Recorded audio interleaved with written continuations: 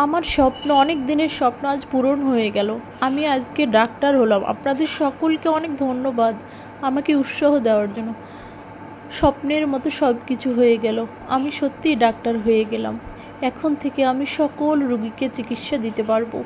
আমার স্বপ্ন পূরণ হয়ে গেল। নার্স, বাইরে অনেক রোগী আছে, এক একজন করে তুমি ভিতরে পাঠাও। হ্যাঁ, ভিতরে পাঠাও, আমি তাদের চিকিৎসা দেব। তারা সুস্থ হয়ে বাড়ি ফিরবে।